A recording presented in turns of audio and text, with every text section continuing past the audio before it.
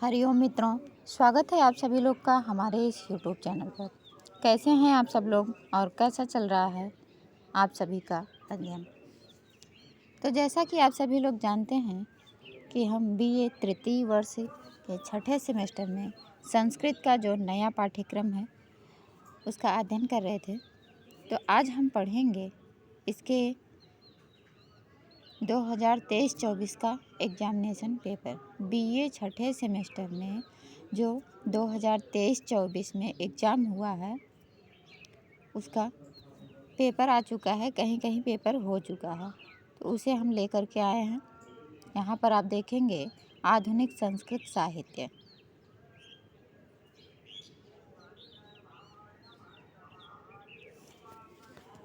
अब इसमें पहला प्रश्न है,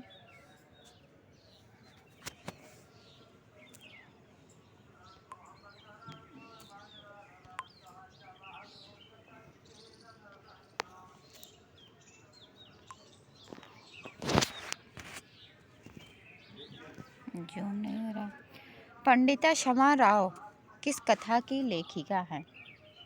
प्रश्न नंबर 1, पंडिता क्षमा राव किस कथा की लेखिका है। तो इनकी कथा है कथा मुक्तावली। पंडिता क्षमा राव कथा मुक्तावली की लेखिका हैं, अथवा कथा मुक्तावली किसकी रचना है। तो उत्तर होगा पंडिता क्षमा राव। दूसरा प्रश्न, तदेव गगनम सैव धरा गीत काव्य किसके द्वारा लिखा गया। तदेव गगनम सैव धरा, यह गीति काव्य श्रीनिवास रथ के द्वारा लिखा गया। यहाँ से आप 4 प्रश्न, 4 नहीं 8 प्रश्न और बना सकते हैं। देखिए जो प्रश्न है वो अगला प्रश्न क्या बन सकता है, प्रश्न बोलते हैं।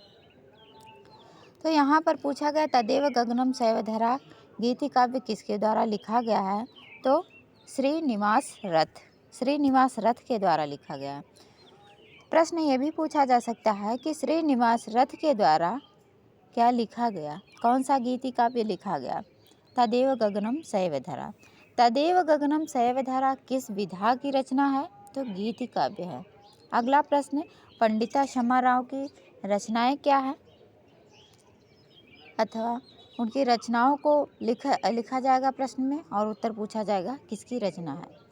अगला प्रश्न, पंडित जगन्नाथ की रचना बताइए, अथवा रचना का नाम दे देगा तो इसके लेखक का नाम बताइए।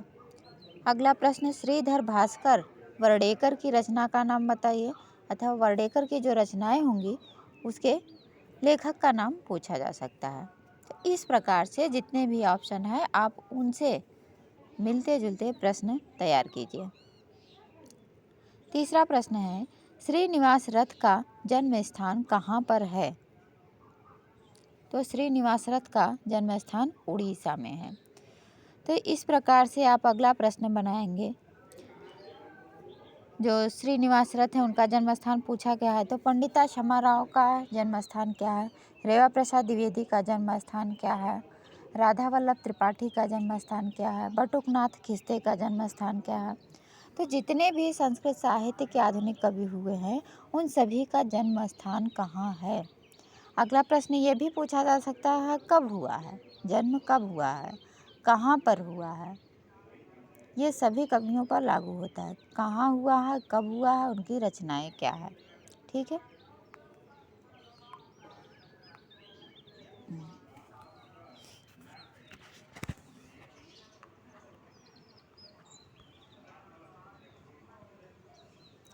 चौथा प्रश्न है, श्रीनिवास रथ ने किस विश्वविद्यालय में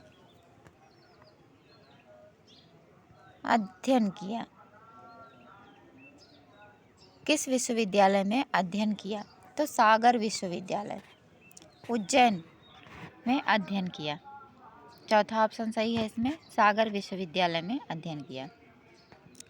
अगला प्रश्न, तो यहाँ से दूसरा भी प्रश्न बनेगा, जितने भी आधुनिक संस्कृत साहित्य के कवि हैं उनका अध्यापन कार्य कहाँ पर किस विश्वविद्यालय में हुआ है, अथवा उनका अध्ययन किस विश्वविद्यालय में हुआ है, इसे आप ध्यान रखेंगे। 5वें नंबर प्रश्न पर आ जाइए। आधुनिक कवि की श्रेणी में कौन से कवि हैं?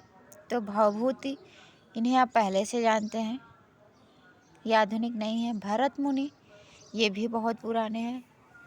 कालिदास, ये भी बहुत पुराने हैं। तो बचे कौन? श्रीनिवास रथ, ये आधुनिक संस्कृत साहित्य कवि की श्रेणी में आते हैं।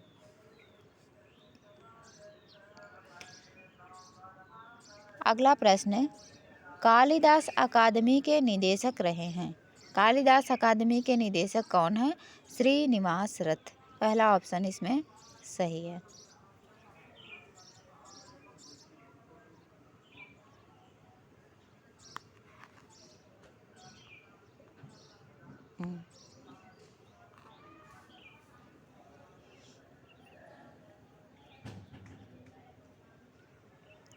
बलदेव चरितम महाकाव्य के रचनाकार हैं। बलदेव चरितम महाकाव्य के रचनाकार कौन है? श्रीनिवास रथ। तो आप जितने भी कवि हैं उनकी जितनी भी रचनाएं हैं उन सभी रचनाओं को याद रखिएगा।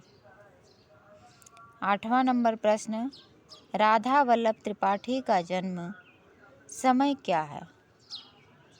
15 फरवरी 1949। इनका जन्म समय क्या है? 15 फरवरी 1949 है।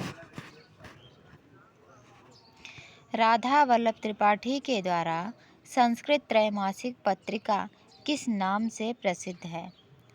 तो इस प्रश्न का उत्तर हमें नहीं मिल पाया है कि इनके द्वारा जो त्रैमासिक पत्रिका निकाली गई है वह किस नाम से है, पत्रिका नहीं मिले। हाँ, ये मिला है कि राधा वल्लभ त्रिपाठी सागरिका समिति के अध्यक्षीय कार्यभार को संभाल देते थे। सागरिका समिति के अध्यक्षीय भार का वहन किए थे। अगला प्रश्न देखेंगे, रोटिका लहरी गीत संग्रह किसके द्वारा लिखा गया है? रोटिका लहरी गीत संग्रह किसके द्वारा लिखा गया है? इसका उत्तर है राधा वल्लभ त्रिपाठी। ये सब रचनाओं से प्रश्न पूछा जा रहा है, इनके जीवन का सामान्य परिचय से प्रश्न पूछा जा रहा है। रोटिका लहरी किसकी रचना है? राधा वल्लभ त्रिपाठी की रचना है। अगला प्रश्न, प्रोफेसर रहस बिहारी द्विवेदी का जन्म कहाँ हुआ? तो प्रोफेसर रहस बिहारी द्विवेदी का जन्म मध्य प्रदेश में 2 जनवरी 1947 में हुआ है। उत्तर प्रदेश नहीं, मध्य प्रदेश में। मध्य प्रदेश 2 जनवरी 1947 में हुआ है। अगला प्रश्न देखेंगे, प्रोफेसर ब्रिजेश कुमार शुक्ल की रचना है। तो यहाँ आप चारों ऑप्शन पर ध्यान देंगे। प्रोफेसर ब्रिजेश कुमार शुक्ल की रचना पूछी गई है। तो पहला ऑप्शन है सुकनासोपदेश, जो कि बाणभट्ट की रचना है। दूसरा ऑप्शन है चंद्रापीठ कथा। चंद्रापीठ कथा है कादम्बरी में, यह भी बाणभट्ट के द्वारा लिखा गया है। अभिज्ञान शाकुंतलम या निसंदेह महाकवि कालिदास की रचना है। मध्य सिद्धांत कौमुदी, ये भट्टोजी दीक्षित की रचना है। तो यहाँ पर कोई भी ऑप्शन हमें ब्रिजेश कुमार शुक्ल की रचना नहीं है। ब्रिजेश कुमार शुक्ल की रचना इस ऑप्शन में नहीं लिखा हुआ है। हाँ, यदि आप 4 ऑप्शन आए हैं, कोई ना कोई लगाना ही है, तो आप सुकनासोपदेश को छोड़ दीजिए, क्योंकि ये बाणभट्ट की रचना है। अभिज्ञान शाकुंतलम निसंदेह महाकवि कालिदास की है। मध्य सिद्धांत कौमुदी निसंदेह भट्टोजी दीक्षित की रचना है। बचता है चंद्रापीठ कथा। चंद्रापीठ कथा, यह नाम महाकवि बाणभट्ट की रचना का नहीं है, उनकी रचना का नाम है कादम्बरी, जिसमें चंद्रापीठ की कथा है। रचना का क्या नाम है? बाणभट्ट की कादम्बरी। कादम्बरी में ही चंद्रापीठ की कथा है। तो यहाँ पर उनकी रचनाओं का कोई ना कोई ऑप्शन तो सिलेक्ट करना ही है। तो चंद्रापीठ की कथा पर आप लगा सकते हैं, लेकिन यह भी सही नहीं है।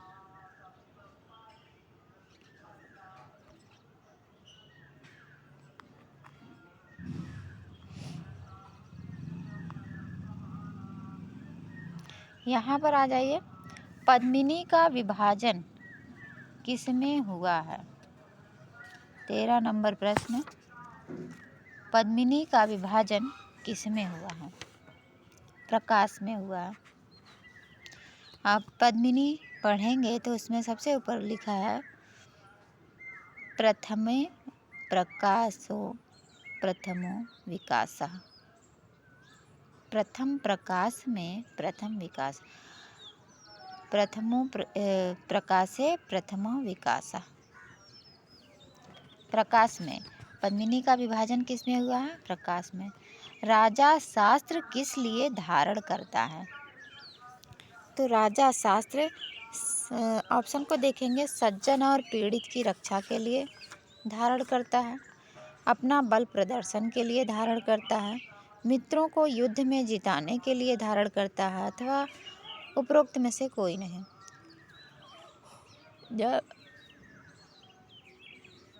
इसका प्रमाण तो हमें नहीं मिला है कि कहाँ पर ये लिखा है, पुस्तकें नहीं मिल पाई है।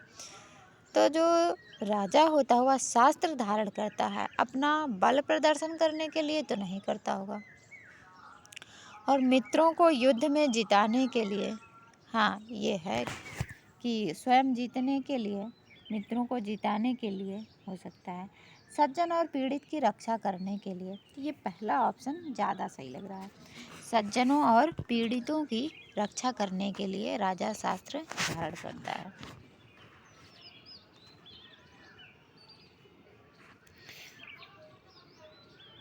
अपने परिश्रम से उत्पन्न अन्न होता है। षोडशी से यह प्रश्न पूछा गया है। जो स्वयं परिश्रम करके धन कमाते हैं, उससे जो खाद्य सामग्री हम लोग लाते हैं, वह खाद्य सामग्री कैसा होता है? स्वादिष्ट होता है, ठीक ठाक होता है, परम अमृत होता है कि अस्वादिष्ट होता है? तो आप देखेंगे जो अपने मेहनत का है कोई भी चीज़, वह परम अमृत की तरह लगता है, वह परम अमृत है।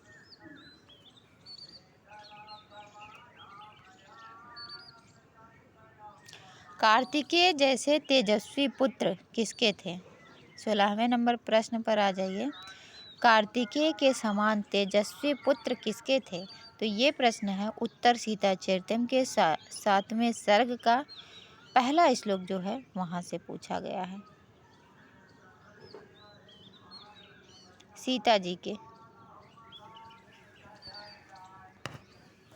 दोनों पुत्र थे कार्तिकेय के समान।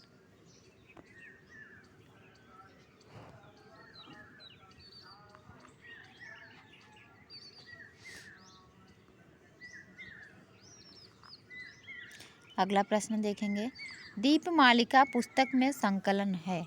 दीपमालिका आप पढ़े हैं, उसमें वेद मंत्रों का संकलन नहीं है, संस्कृत सुभाषितों का है, स्तुति वाक्यों का नहीं है, कठिन शब्दों का भी नहीं है। ऑप्शन बी सही है, संस्कृत सुभाषितों का संकलन किया गया है किसमें? दीपमालिका में। श्रीधर भास्कर वर्डेकर कवि थे। श्रीधर भास्कर वर्डेकर कैसे कवि थे? तो वो राष्ट्रवादी कवि थे।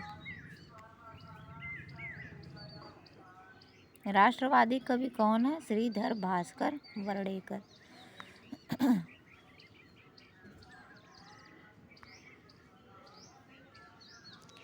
आधुनिक काल के कवि कौन से हैं? ये देखिए प्रश्न फिर से दोहराया गया है, आधुनिक काल के कवि कौन से हैं? तो कालिदास तो आधुनिक काल के नहीं हैं, दंडी भी आधुनिक काल के नहीं हैं, भामह भी आधुनिक काल के नहीं हैं। तो बचता है कौन? चौथा ऑप्शन है। चौथे ऑप्शन में कौन कौन है? श्रीधर भास्कर वर्डेकर। हाँ देखेंगे, चौथा ऑप्शन इसमें सही है। प्रश्न नंबर 19, आधुनिक काल के कवि कौन से हैं? तो श्रीधर भास्कर वर्डेकर आधुनिक काल के कवि हैं। अगला प्रश्न 20 नंबर, श्रम महात्म्यम षोडशी के रचनाकार हैं। तो षोडशी के रचनाकार हैं श्रीधर भास्कर वर्डेकर। इसी में अगला प्रश्न बनाएंगे, मोहनलाल शर्मा की रचना क्या है, आचार्य श्रीनिवास रथ की रचना क्या है और याज्ञिक की रचना क्या है। पद्मिनी किस श्रेणी का ग्रंथ है? पद्मिनी एक उपन्यास है। अगला प्रश्न है, पद्मिनी की शैली में लिखा गया है। जैसा कि आप देखे होंगे, हमने जो PDF पढ़ाया है पद्मिनी का, उसमें डायरेक्ट कथा ही शुरू हो जाती है। उसके पहले कुछ भी नहीं दिया है कि इसके कवि कौन हैं या फिर इसका विभाजन किस में हुआ, इसमें पात्र कौन कौन से, इसका सारांश क्या है, ऐसा कुछ दिया ही नहीं है।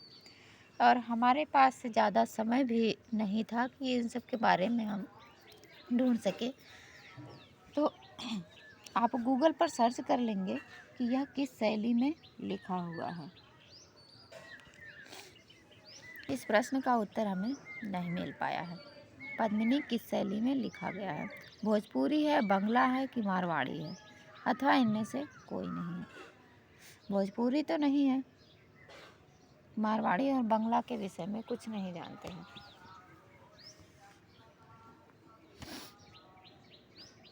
मोहनलाल शर्मा पांडेय द्वारा लिखा गया उपन्यास क्या है? मोहनलाल शर्मा पांडेय के द्वारा लिखा गया उपन्यास है पद्मिनी। अभी इसके पहले प्रश्न पूछा गया था ना, पद्मिनी किस श्रेणी का ग्रंथ है, तो उपन्यास श्रेणी का ग्रंथ है। अभी उस पद्मिनी के रचनाकार कौन है, तो मोहनलाल शर्मा पांडेय। अगला प्रश्न, छत्रपति साम्राज्यम नाटक किस काव्य के अंतर्गत आता है? यहाँ पर प्रश्न में ही नाटक लिख दिया गया है खुद ही, छत्रपति साम्राज्यम नाटक।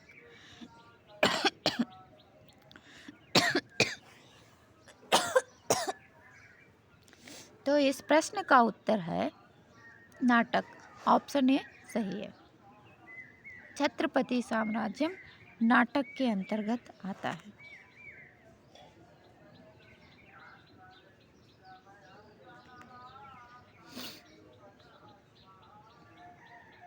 अगला प्रश्न, कथा मुक्तावली में कितनी कथाएं संकलित हैं? कथा मुक्तावली में कितनी कथाएं संकलित हैं? तो इसमें 15 कथा संकलित है। अगला प्रश्न है, सत्याग्रह गीता कृति किसके जीवन पर आधारित है? सत्याग्रह गीता जो कृति है, क्षमा राव के द्वारा लिखा गया ग्रंथ, यह महात्मा गांधी के जीवन पर आधारित है।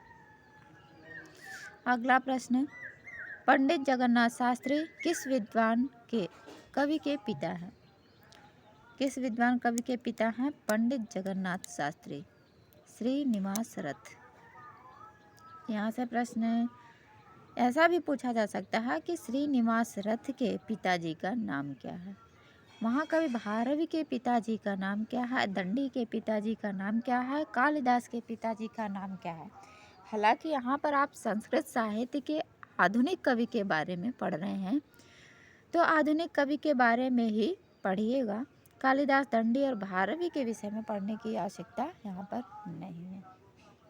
आधुनिक संस्कृत साहित्य के कवि जो हैं, उनके पिताजी माताजी के बारे में, उनका जन्म स्थान, जन्म कब हुआ, कहाँ हुआ, उनकी रचनाएं क्या है, इत्यादि बातें आप ध्यान में रखेंगे।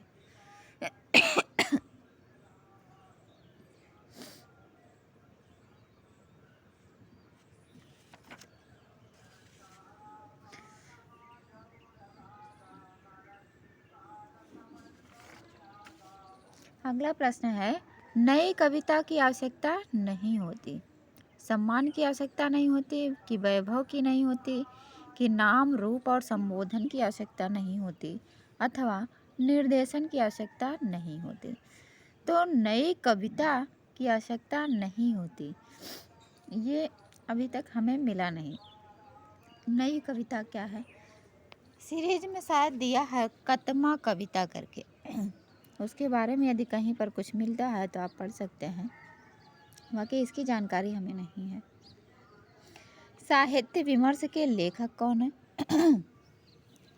जगन्नाथ पाठक हैं, अथवा रहस बिहारी, राजेंद्र मिश्र, अथवा हजारी प्रसाद।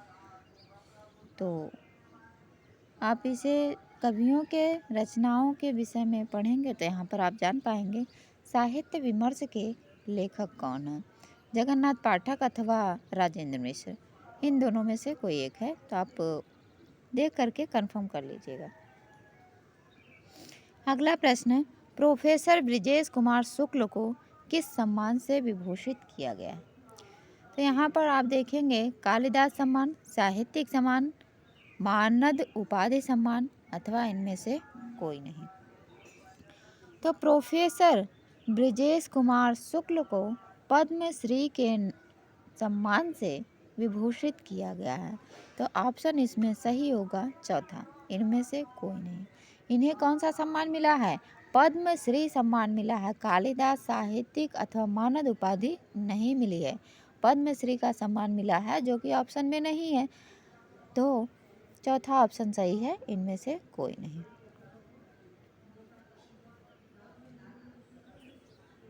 आ जाइए अगले प्रश्न पर। 31 नंबर प्रश्न, जयतु मम स्वातंत्र्य सारणी गीत में किस देशभक्ति नारी के प्रताप को दर्शाया गया है।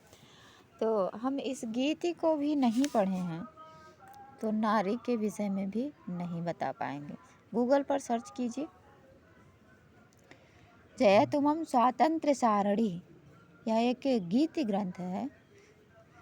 इसे आप पढ़ेंगे तो हम पढ़ेंगे तभी जान पाएंगे, और हमने इसे पढ़ा नहीं है कि मीराबाई है अथवा लक्ष्मी बाई है, महादेवी वर्मा है कि सुभद्रा कुमारी चौहान है, किसके विषय में यहाँ पर वर्णन किया गया है।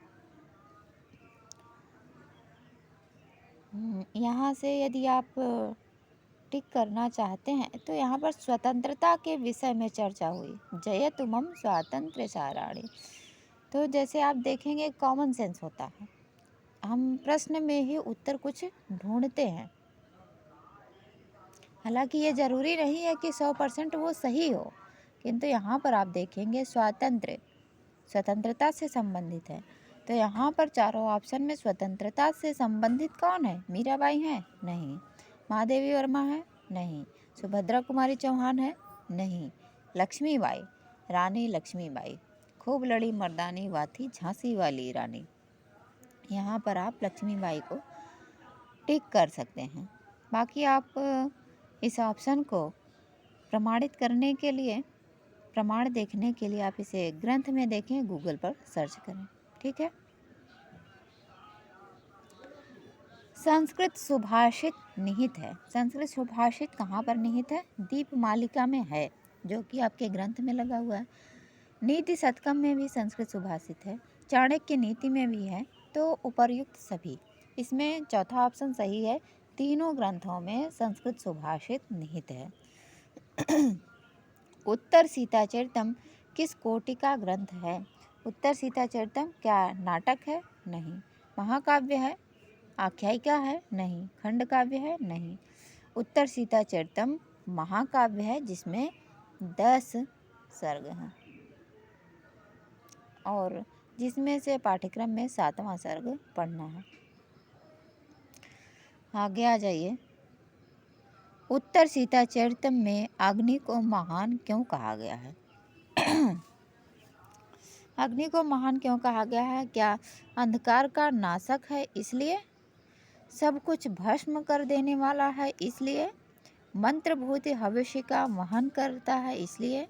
भोजन पकाने का साधन है इसलिए? नहीं।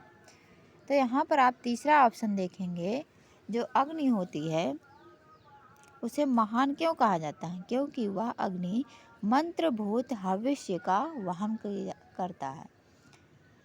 यज्ञ करने के बाद, यज्ञ में जो अग्नि जलाई जाती है, उसमें जो हवन सामग्री डाली जाती है, उस हवन सामग्री को ले जाता है देवताओं के पास, उसका वहन करता है। तो मंत्रभूत भविष्य का वहन करने के कारण अग्नि को महान कहा गया है। अगला प्रश्न, उत्तर सीताचरितम के 7वें सर्ग का क्या नाम है? विद्याधिगमा, जानकी मुनिवृत्ति, कुमार योधनम, कुमार आयोधनम, जानकी परित्यागा। तो 7वां सर्ग है विद्याधिगमा।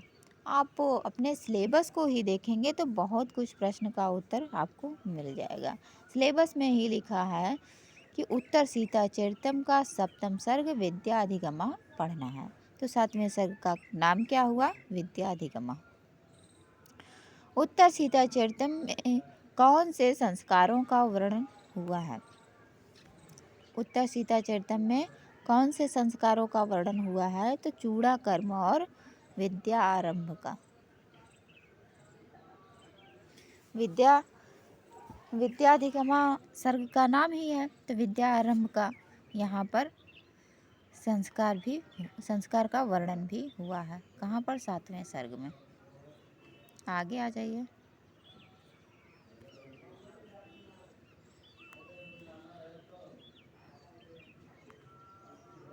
जानकी जीवनम महाकाव्य के रचयिता कौन है? भट्ट मथुरानाथ शास्त्री, अंबिका दत्त व्यास, उमापति द्विवेदी, अभिराज राजेंद्र मिश्र। तो आप यहाँ पर ये जान सकते हैं कि आधुनिक संस्कृत साहित्य में कौन से कवि हैं? तो अंबिका दत्त व्यास तो नहीं है, और भट्ट मथुरानाथ शास्त्री और उमापति के विषय में हमने पढ़ा नहीं है। तो बचे कौन? अभिराज राजेंद्र मिश्र, जिसका हमने यूट्यूब पर क्लास भी ले लिया है। तो जानकी जीवनम महाकाव्य के रचयिता कौन है? अभिराज राजेंद्र मिश्र हैं। अगला प्रश्न, निम्न में स्वतंत्रता आंदोलन से संबंधित रचना है। क्या शिवराज विजयम स्वतंत्रता आंदोलन से संबंधित है? शिवराज्योदयम या छत्रपति चरितम? सत्याग्रह गीता। सत्याग्रह गीता पंडिता क्षमा राव की रचना है, जो कि स्वतंत्रता आंदोलन से संबंधित है। महात्मा गांधी के जीवन विषय पर लिखा हुआ है। अगला प्रश्न, शिवराज्योदयम महाकाव्य किसकी रचना है? तो शिवराज्योदयम महाकाव्य श्रीधर भास्कर वर्डेकर की रचना है। रमाकांत शुक्ल की क्या रचना है? राधा वल्लभ त्रिपाठी की रचना क्या है? पंडिता क्षमा राव की रचना क्या है? इन्हें भी आप पढ़ लेंगे।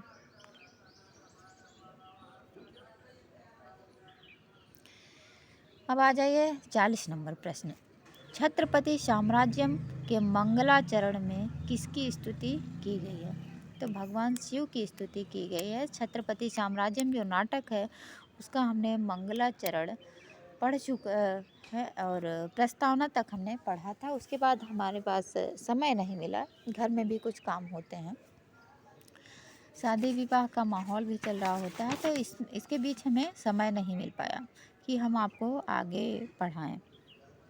तो यहाँ पर जो हमने पढ़ा है मंगलाचरण, तो मंगलाचरण में किसकी स्तुति हुई है? तो भगवान शिव की।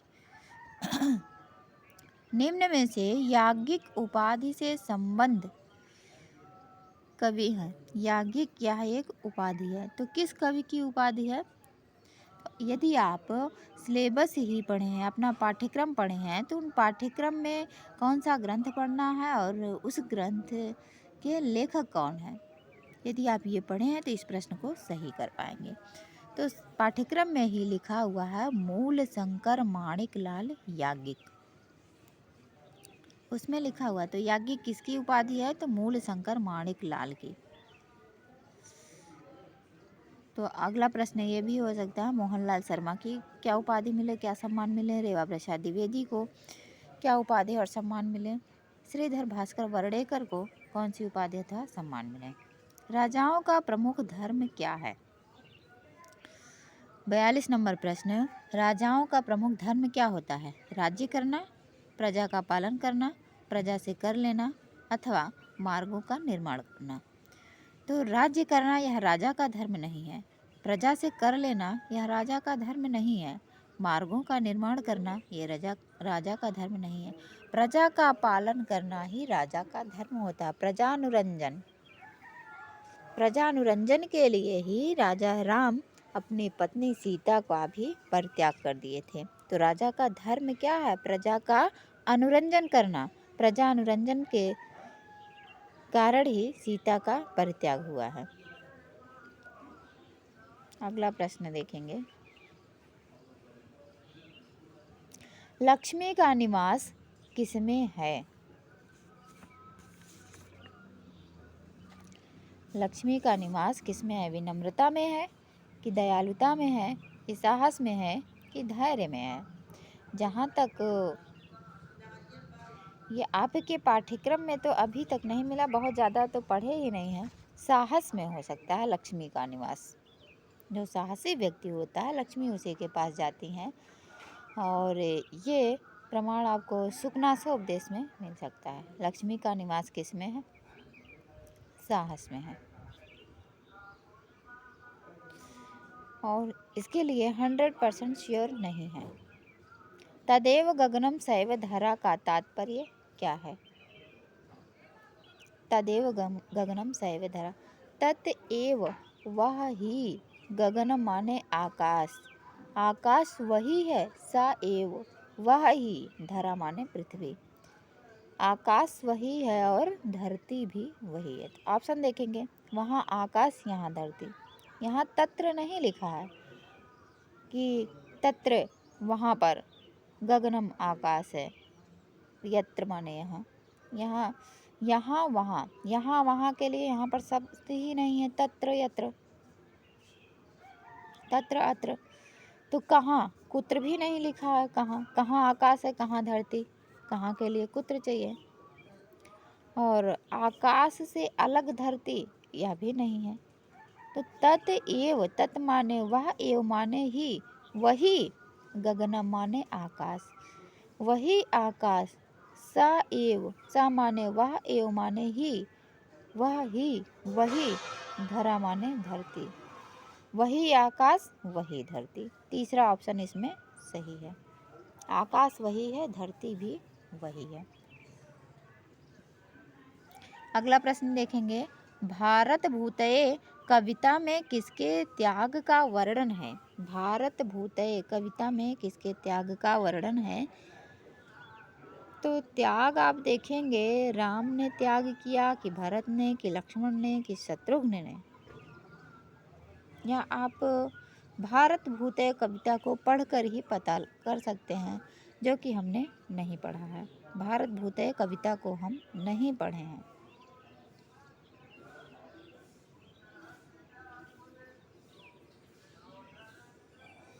या फिर पढ़े भी होंगे तो हमें ध्यान नहीं आ रहा। तो आप इसमें से यदि सीरीज है उसमें होगा भारत भूतये कविता, उस कविता में किसके त्याग का वर्णन किया गया है, यहाँ वहाँ से आप सही उत्तर कर सकते हैं। रोटिका लहरी में प्रोफेसर राधा वल्लभ त्रिपाठी ने महत्व दिया है, किसको महत्व दिया है? यह अभी हम तभी सही कर पाएंगे जब हम रोटिका लहरी ग्रंथ को पढ़े होंगे, जो कि हमने नहीं पढ़ा है।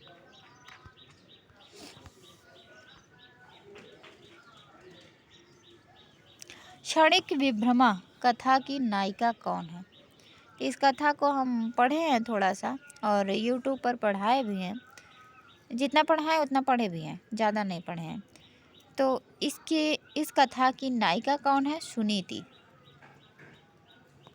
पंडिता क्षमा राव का जन्म किस सन व स्थान पर हुआ था? तो पंडिता क्षमा राव का जन्म 1890 ईस्वी पूना में हुआ था। पूना महाराष्ट्र, 1890 में पूना में हुआ था। भांति से भारतम किसकी रचना है? भांति से भारतम किसकी रचना है? तो रमाकांत शुक्ल की रचना है। रमाकांत शुक्ल की रचना क्या है? भांति से भारतम।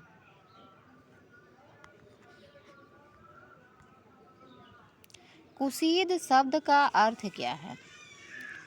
कुसीद शब्द का क्या अर्थ है? ब्याज। कृषि है? नहीं। व्यापार? नहीं। ब्याज? हाँ। उपहार? नहीं। कुसीद शब्द का अर्थ है ब्याज। पद्मिनी किस श्रेणी का ग्रंथ है? ये फिर से आ गया प्रश्न। उपन्यास श्रेणी का ग्रंथ है। षोडशी किस प्रकार का ग्रंथ है? षोडशी काव्य संग्रह है। जिस घर में सभी परिश्रमी व्यक्ति रहते हैं उस घर में निवास होता है। तो आप इसमें षोडशी में पढ़े होंगे, जिस घर में सभी लोग परिश्रमी होते हैं, जिस घर में सभी लोग निवास करते हैं, वह घर स्वच्छ होता है, जब उसमें रहेंगे तो घर स्वच्छ होगा और सभी सामान सुव्यवस्थित होंगे, और जहाँ पर भी स्वच्छता होती है वहाँ पर देवताओं का वास होता है। जिस घर में सभी परिश्रमी व्यक्ति रहते हैं वहाँ पर उस घर में निवास होता है किसका? स्वच्छता का भी होता है, सुव्यवस्था का भी होता है और देवताओं का भी। ऑप्शन डी सही है, देवताओं का निवास होता है। दीपमालिका किसकी रचना है? पंडित वासुदेव द्विवेदी शास्त्री का। पंडित वासुदेव द्विवेदी शास्त्री की रचना क्या है? दीपमालिका। पंडिता क्षमाराव की रचना क्या है? आचार्य श्रीनिवास रथ की रचना क्या है? मोहन लाल शर्मा पांडे की रचना क्या है? इसे आप ध्यान में रखेंगे। स्वातंत्र्य संभवम महाकाव्य में किसका वर्णन है? स्वातंत्र्य संभवम महाकाव्य में किसका वर्णन है? तो इस महाकाव्य को हमने नहीं पढ़ा है, ना ही सीरीज से हम देखे हैं कि इसका उत्तर क्या है। स्वतंत्रता सेनानियों का, वनेचरों का, पांडवों का, उपरोक्त में से कोई नहीं। स्वातंत्र्य संभवम, तो इसे आप ढूंढिएगा कि इसका उत्तर क्या है।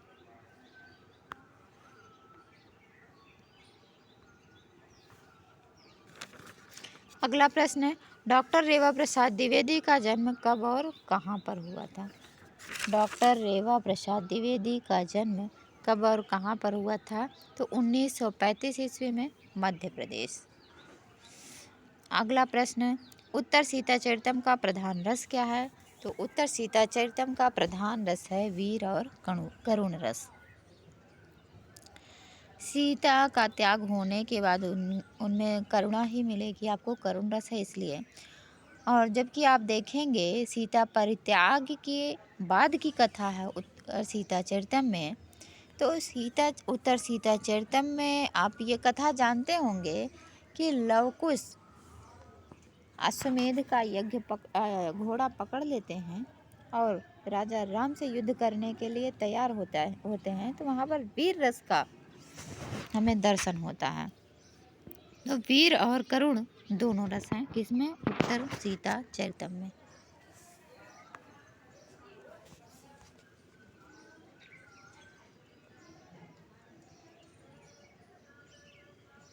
हाँ, प्रधान रस पूछा गया है तो रामायण में प्रधान रस है करुण, तो यहाँ भी करुण आप कर सकते हैं, करुण रस है दोनों। उत्तर सीताचरितम महाकाव्य में कितने सर्ग हैं? उत्तर सीताचरितम महाकाव्य में कुल 10 सर्ग हैं। अब आप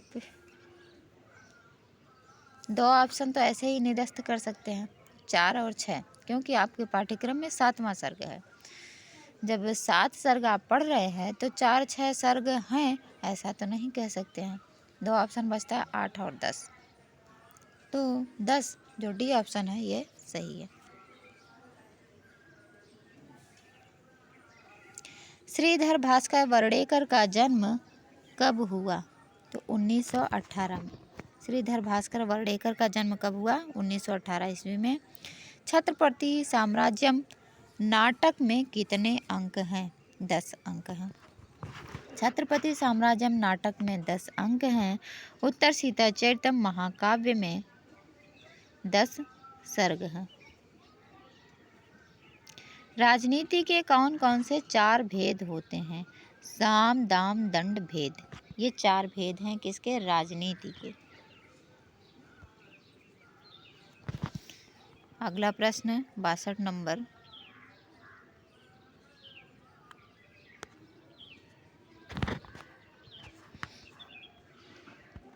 शिवाजी के अमात्य कौन है?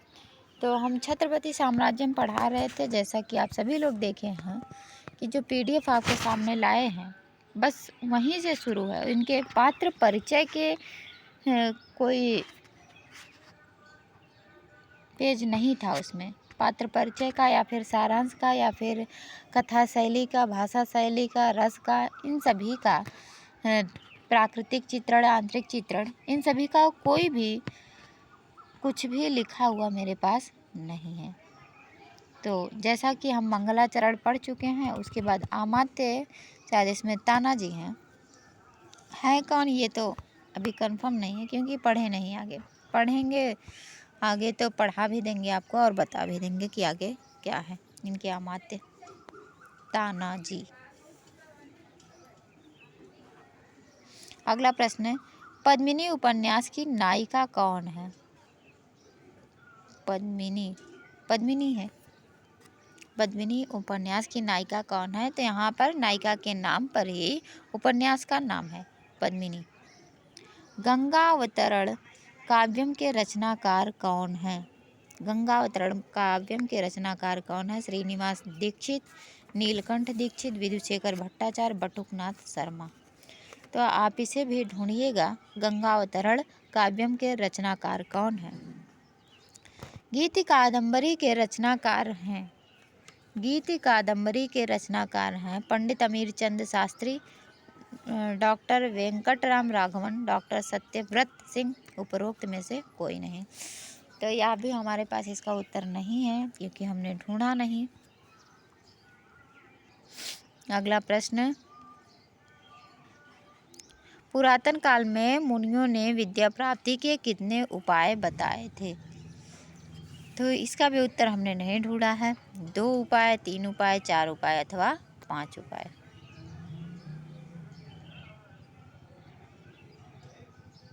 बाल निबंध माला के रचनाकार कौन है? बाल निबंध माला के रचनाकार कौन है? तो इसको भी हमने नहीं ढूंढा है। दीक्षित जी इसमें सही ऑप्शन लगाए हैं, पंडित वासुदेव द्विवेदी शास्त्री। अब आप सोचेंगे दीक्षित कौन है, तो अभी हम लास्ट में बताते हैं कौन है दीक्षित। ग्राम ज्योति कहानी संग्रह का संबंध है। ग्राम ज्योति कहानी संग्रह किसकी रचना है? तो पंडिता क्षमाराव। पंडिता क्षमाराव की रचना है ग्राम ज्योति।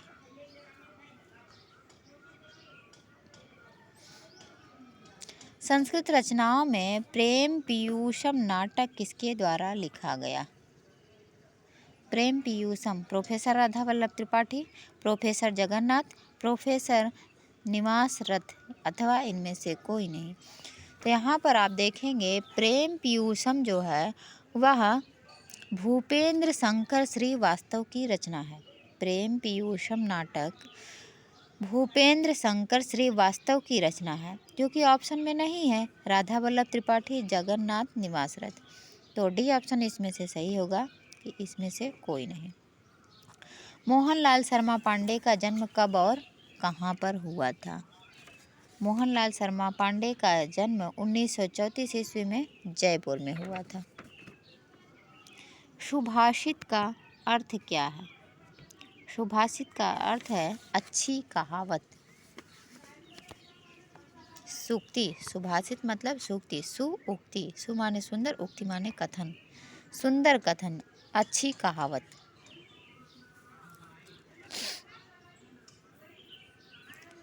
साहित्य चंद्रिका की उपाधि से अलंकृत हैं। साहित्य चंद्रिका की उपाधि से कौन अलंकृत हैं? पंडित शिव कुमार शास्त्री, पंडिता क्षमाराव, पंडिता राम शास्त्री तैलंग, पंडित बच्चूलाल अवस्थी। तो इनके विषय में अभी हमने नहीं पढ़ा है, इसे आप ढूंढिएगा। इन चारों के विषय में पढ़ लीजिएगा तो आपको मिल जाएगा साहित्य चंद्रिका की उपाधि से कौन अलंकृत है। छत्रपति साम्राज्यम नाटक के प्रथम अंक का उद्देश्य है। प्रथम अंक का क्या उद्देश्य है? धर्म नियंत्रित स्वतंत्र साम्राज्य की स्थापना। प्रथम अंक का सारांश आप पढ़ेंगे तो पंडित जो छत्रपति साम्राज्यम नाटक है उसके आरंभ में ही हमने इसके प्रथम अंक का सारांश बताया है। तो उसका उद्देश्य यही है कि धर्म नियंत्रित स्वतंत्र साम्राज्य की स्थापना करना है। अगला प्रश्न, उत्तर सीताचरितम महाकाव्य में किसके उत्तर जीवन का वर्णन है? नाम से ही आप पता कर लेंगे। उत्तर सीताचरितम तो देवी सीता के जीवन के उत्तर भाग का उत्तर जीवन का वर्णन है। सी ऑप्शन इसमें सही है, देवी सीता। कथा मुक्तावली का सर्वप्रथम संपादन किस स्थान पर हुआ? कथा मुक्तावली का सर्वप्रथम संपादन किस स्थान पर हुआ? तो इसे आप गूगल से सर्च करिएगा, मिल जाएगा।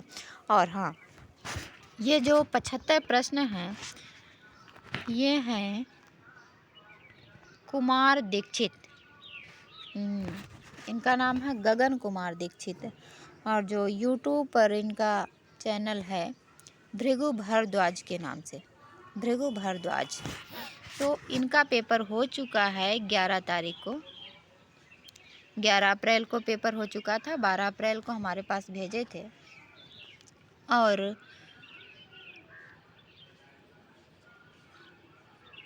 यह आप सभी को उपलब्ध करवा दें ताकि आप सभी को अपने परीक्षा में सही दिशा निर्देश मिल सके कि प्रश्न किस प्रकार से आ सकते हैं। हालांकि ये ज़रूरी नहीं है कि आपका भी प्रश्न ऐसे बहुविकल्पी हो। यहाँ तो बहुविकल्पी नहीं रहते हैं, व्याख्या करने के लिए मिलेगा अति लघु उत्तरीय, लघु उत्तरीय और दीर्घ उत्तरीय। तो आप इस पेपर को देख चुके हैं और कई लोग ये कहे भी थे मैम पुराना पेपर लेकर आइए या फिर MCQ बनाकर ले आइए। तो यह रहा आपका नया पेपर और MCQ।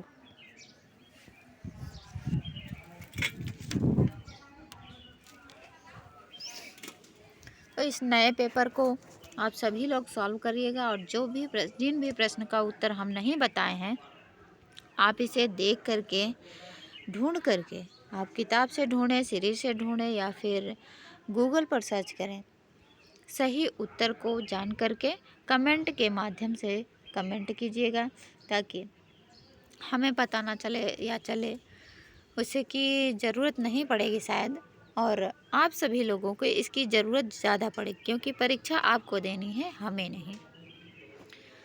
हमसे जितना हो सकता था हमने किया, बाकी इन सभी जो बाकी प्रश्न छूट गए हैं नहीं बताया हमने उत्तर, इसे ढूंढते तो मिल जाता लेकिन समय नहीं रहा, किताबें भी ज़्यादा नहीं हमारे पास, तो किताबों में ढूंढ नहीं पाए हैं।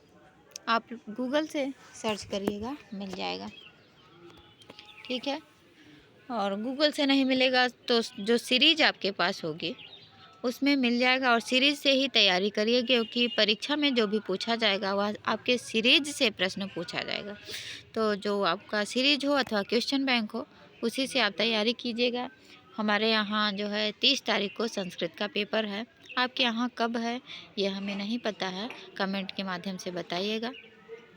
ये वीडियो आपको कैसा लगा आप बताइएगा। और हम सभी लोग, हम और अपने यूट्यूब चैनल परिवार की तरफ से कुमार दीक्षित जो गगन दीक्षित हैं आपको बहुत बहुत धन्यवाद देते हैं कि आप अपना पेपर हमें शेयर किए और हम आप सभी यूट्यूब परीक्षार्थी के पास यह शेयर कर रहे हैं।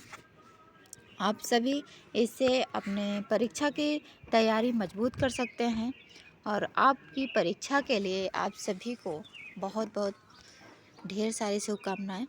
आपका जो परीक्षा हो आपकी वह अच्छे से हो, अच्छे अंक आए, इसी शुभकामना के साथ हम आज की कक्षा यहीं पर समाप्त करते हैं। तब तक के लिए आप सभी को नमो नमः।